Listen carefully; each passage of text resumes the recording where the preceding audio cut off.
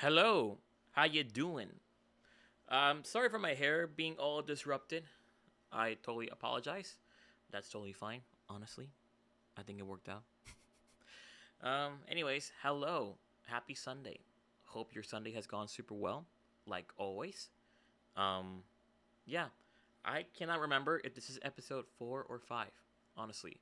What's even funnier is that this is actually take 2 of an episode that I already record. So I was recording this episode, who was super duper well. Then I went back to my files to check on the video, and all of a sudden I hear no sound. And that's because I have the wrong settings in for 30 minutes straight. And I was like, ugh. So I have the correct settings and hoping you can hear me. And if not, then I'm basically done with the series. Anyways, hello, welcome to SOTO Sundays. Every episode, I basically record whatever episode, whatever topic throughout the week. In this case, I'm recording this on July 19th, 2025 at 1:23 p.m., which is good timing because tonight I'm having a recording session for a friend of mine who wants to track background vocals for a song he has before his concert coming up on the 23rd of August. So I'm excited, can't wait. So it's at 3 o'clock, so it's 1:24. So I have pretty much 2.5 hours um, to get things dialed in. Yeah, anyways, yeah, oh my goodness. I have a lot of stuff going on, literally. And also, you may be asking yourself too, why is my voice sounding super like clear? Why is my voice sounding super clear? In fact, you look here, what's in front of me? What mic is this? Juan, where'd you get this SM7DB microphone? It's actually not my mic, just so you know. It's not mine. It's actually a friend of mine who I am currently borrowing it to record a couple episodes for Soto Sundays. It's actually a Shure SM7DB, so not the SM7B. So the difference between the SM7B and the SM7DB is that this guy has a built-in preamp um, to have a very nice smooth texture and also to boost up the signal. Whereas the SM7B, you would basically need like a cloud lifter, DI box, or some sort of boost. In this case, I'm literally for this one I'm using phantom power because of the preamps inside to activate this mic, and that's how you're hearing me too. Um, Even though it's weird because this is actually a dynamic mic, most condenser mics are required to have phantom power. I literally have phantom power on for this mic, which is a dynamic mic, and it's weird because most dynamic mics do not need phantom power, and this one does, which is crazy. It's weird, but hey, it gets the job done. Sounds pretty good, and I kind of have a fear that it's not gonna work out. But I will say this: it's kind of like almost a topic that I have for today about fear, or having the spirit of fear. And I'm not gonna go like all religious like most people do, because I'm nowhere near that. But I can say from my experience on a story of a journey that I went through, and this is probably gonna be like a short episode, to be honest, because I've already, like I said, I recorded this before, but then no sound coming out. So I'm literally gonna say the same things that I said from the last episode, which is gonna make it shorter. So essentially, if you notice also the way how I talk, I currently do not have retainers. The reason being is because I figured for the rest of the episodes, I'm gonna talk without retainers because it's impossible for me to talk clearly with the retainers because I sound more like a goofball. So, and right now, I currently have these retainers, as you can see. Don't have them on now, but after this episode, I'm going to put these on literally before I leave for the recording session. Um, Thank God I was able to pass the brace treatment that I was having for years now, which is crazy because there's actually a funny story of how God moves in certain ways. So when I was little, I have a fear of going to the dentist, and the reason being is because a few years ago, or actually years ago, I would say, I wouldn't say a few years, but like years down the line, when I was little, I had a wisdom tooth stuck on top of my front tooth, and the dentist here in my city, in my county, did not knock me out. So I was in severe pain, severe hurting, screaming and crying while playing, Mario Kart on my Nintendo DS back then. I called my mom to calm me down as I was suffering.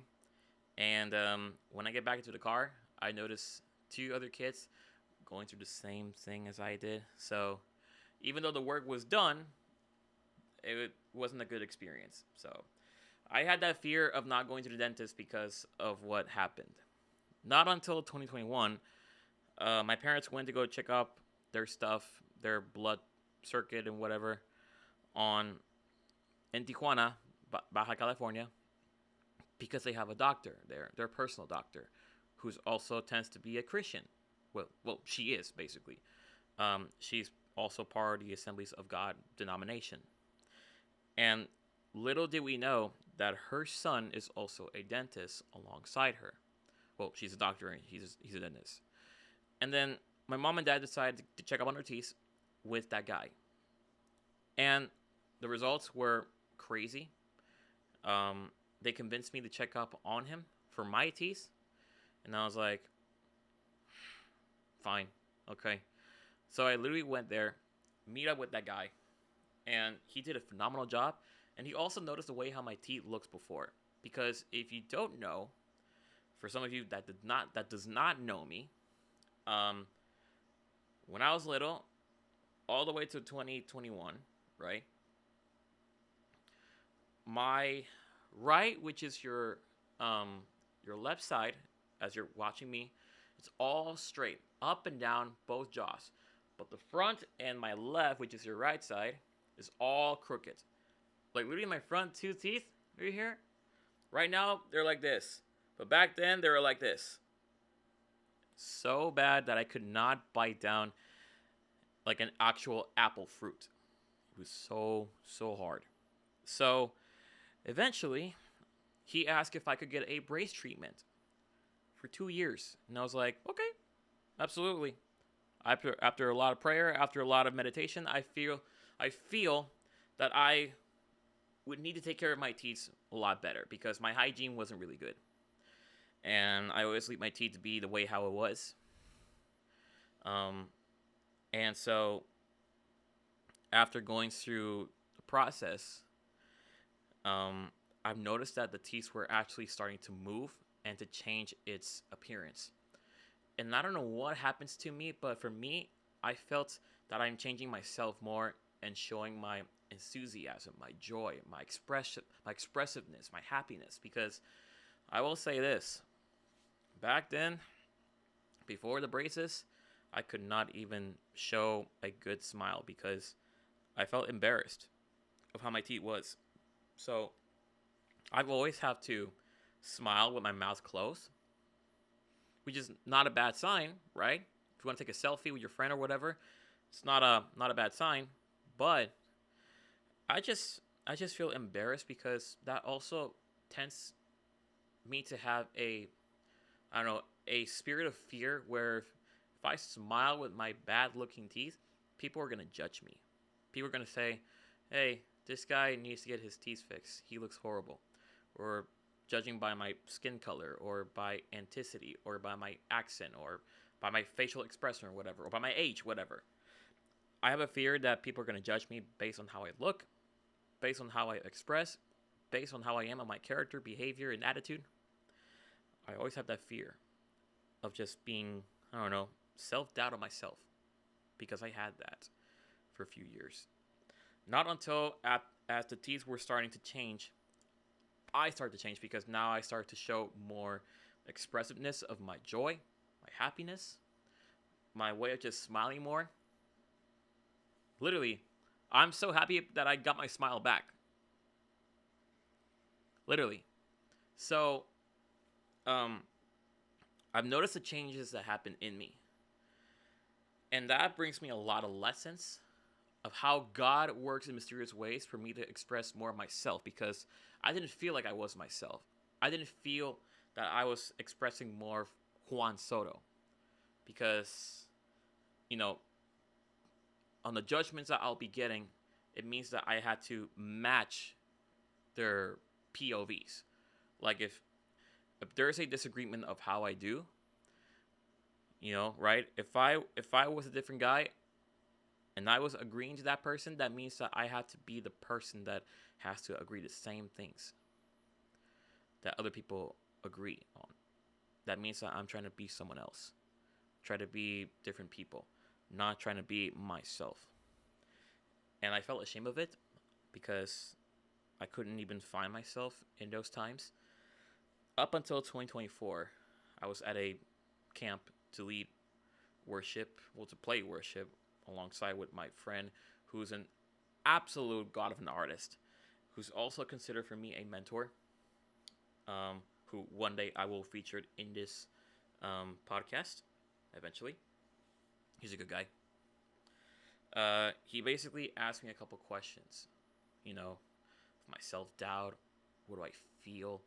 And one of those questions really, really brings a wake-up call to me was this: Juan Soto, has Jesus ever said to you, Juan Soto, you are not enough?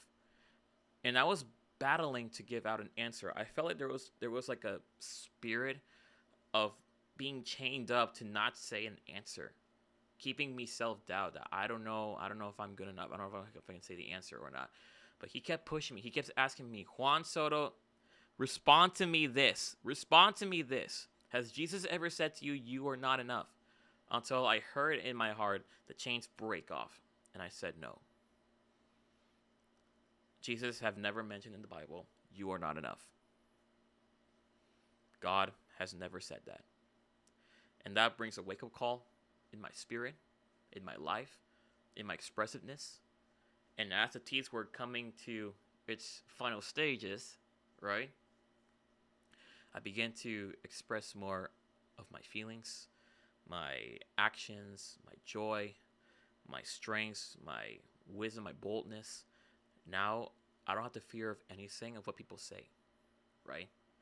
I have one guy who I'm collaborating with, and he basically said to me a couple times that as he's prepping worship sets every week, he feel, and he also sees that, there's trendy songs out there, right? There's praise, there's I thank God, there is gratitude, right? Trusting God, all of that.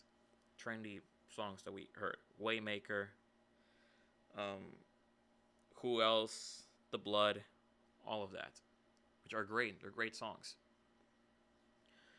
He felt that because I'm not putting trendy songs, I put some songs that I felt that they're good. I feel embarrassed and I feel ashamed. I feel afraid that the worship set is going to be boring because I don't see people raise up their hands, and I'm the only one. And I have a fear that the worship set is going to be boring for them. And I told him this: has God ever given to you a spirit of self-doubt, a spirit of depression, a spirit of anxiety, a spirit of fear? Has God ever given that to you? I don't think so, because that's not the calling he's given us. You're not supposed to have a spirit of fear or self-doubt, because that's not the calling that God has given us. That is not what God expects us to produce, right? Yes, there are great songs out there, but I'm going to tell you this. If someone doesn't raise up their hands because of a good song that you like, but you are the one that's raising up the hands, think again. You are called to be a leader. Why are you then on stage encouraging others to follow and to kneel before the Lord, lead them into the presence of God, for God's Spirit to descend and move around, do His work, and you're saying that one does not lift up their hands because they think the set is boring, and you're paying attention to that one person or that one group, let them worship on their way, right? Let them worship on their way, because that doesn't mean that you have to change it up. You are what God has called you to be.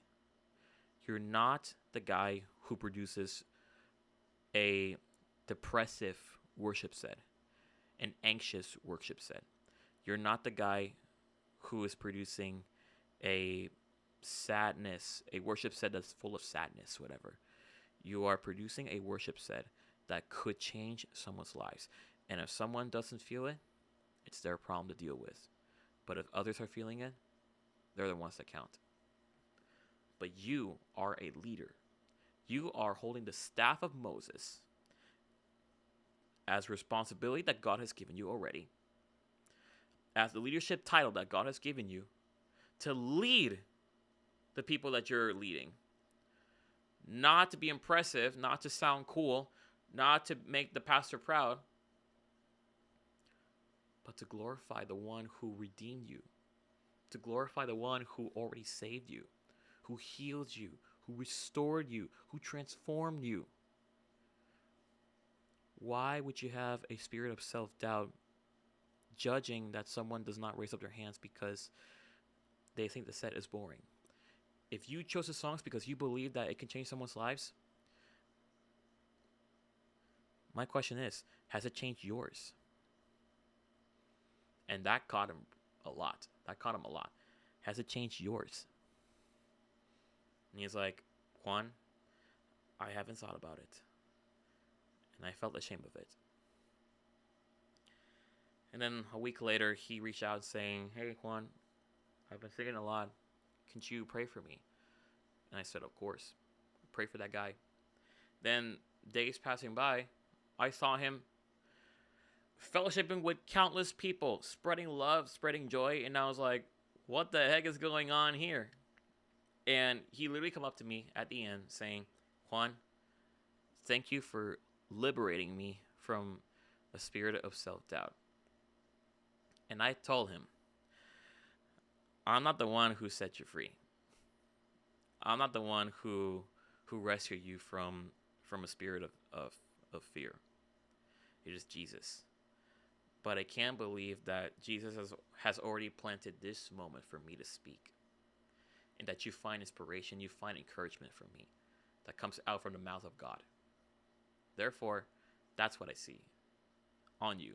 And I appreciate you. So there's that moment of like, that boldness and strength coming in is already taken in place to become more powerful, become more faithful in God's calling, in God's path. So what is my...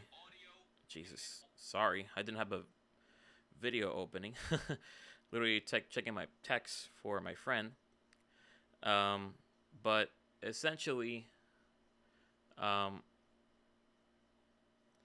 question to you is, has the spirit of fear ever helped you to grow? That's a question you can ask yourself. For me, I've learned a lot. As I went through my process of having to show my smile of my teeth, I felt like I'm more of myself again. I feel like I now find the Juan Soto that God is searching after.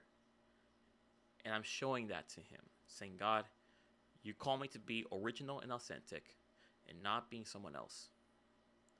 Therefore, I feel like I am the one you call me, the one you see me, the one you're searching after. And a lot of doors opened up, and yeah, the Lord's faithful to all of that. So I encourage you, if you have a spirit of fear, just know it is not the calling God has given you. He's given you a calling to have a spirit of joy, of strength, and boldness to weaken the spirit of fear, to weaken the spirit of self-doubt, to weaken the spirit of anxiety, the spirit of depression, because that's not what God has given. He's the God of joy.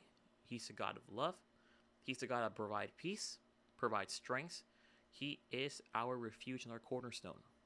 So, if you're going through those, remind yourself, is this what God is calling me? Yes or no? So, yeah, I told you this is going to be a short one, but a very good one. I hope you find something useful for that. And yeah, I am super excited to record the next episode for next week. Can't wait. I don't know what next week's going to be about, but we'll see. We'll see what God wants to speak. So, anyways, I am going to be now prepping myself for the recording session.